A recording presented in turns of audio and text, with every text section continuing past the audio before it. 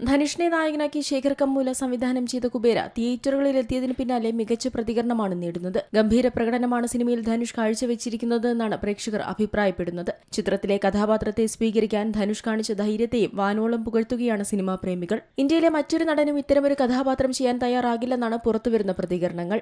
ആദ്യ ദിവസം തന്നെ തകർപ്പൻ അഭിപ്രായം നേടിയ സിനിമ തിയേറ്ററുകളിൽ വിജയകരമായി പ്രദർശനം തുടരുകയാണ്. ജൂൺ 20 റിലീസ് ചെയ്ത ചിത്രം ആഗോള ബോക്സ് ഓഫീസിൽ നിന്ന് 5 ദിവസം കൊണ്ട് 100 കോടി ക്ലബിൽ ഇടം പിടിച്ചതായി നിർമ്മാതാക്കൾ അറിയിച്ചിരുന്നു. എന്നാൽ ഇപ്പോൾ പുറത്തുവരുന്ന റിപ്പോർട്ടുകൾ പ്രകാരം ചിത്രത്തിന്റെ ഇന്ത്യയിലെ കളക്ഷനിൽ ഭൂരിഭാഗവും വന്നിരിക്കുന്നത് തെലുങ്ക് സംസ്ഥാനങ്ങളിൽ നിന്നാണ്. അതുമായി താരതമ്യം ചെയ്തു നോക്കുമ്പോൾ തമിഴ്നാട്ടിൽ നിന്ന് ലഭിച്ചിരിക്കുന്നത് ചെറിയ ശതമാനം മാത്രമാണ്. 100 കോടി ക്ലബിൽ ഇടം പിടിച്ച ചിത്രം തമിഴ്നാട്ടിൽ നിന്ന് 20 കോടി മാത്രമാണ് നേടിയത്. 2 ഭാഷകളിലുമായി നിർമ്മിക്കപ്പെട്ട ചിത്രത്തിൽ 2 ഭാഷകളിലെയും പ്രധാന താരങ്ങളും കേന്ദ്ര കഥാപാത്രങ്ങളായി തന്നെയുണ്ട്. അതിനാൽ തന്നെ ഇരു ഭാഷകളിലും ഒരേ തരത്തിലുള്ള സ്വീകാര്യതയും അണിയറ പ്രവർത്തകർ പ്രതീക്ഷിച്ചിരുന്നു. തമിഴ് പതിപ്പിന്റെ നിരാശപ്പെടുത്തുന്ന പ്രകടനം എന്തുകൊണ്ട് ഉണ്ടായി എന്നത് പരിശോധിക്കേണ്ടതുണ്ടെന്ന് സംവിധായകൻ ശേഖർ കമ്മൂലയും അഭിപ്രായപ്പെട്ടിട്ടുണ്ട്.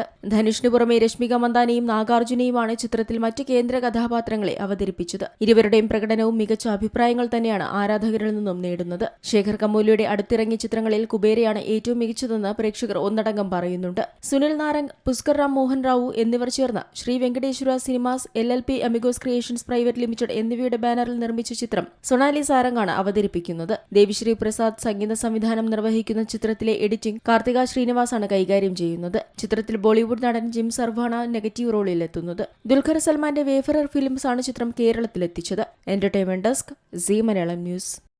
ഏറ്റവും പുതിയ വാർത്തകളും വിശേഷങ്ങളും വിരൽ തുമ്പിലറിയാൻ സീ മലയാളം ന്യൂസ് എല്ലാ ഡിജിറ്റൽ പ്ലാറ്റ്ഫോമുകളിലും ലഭ്യം.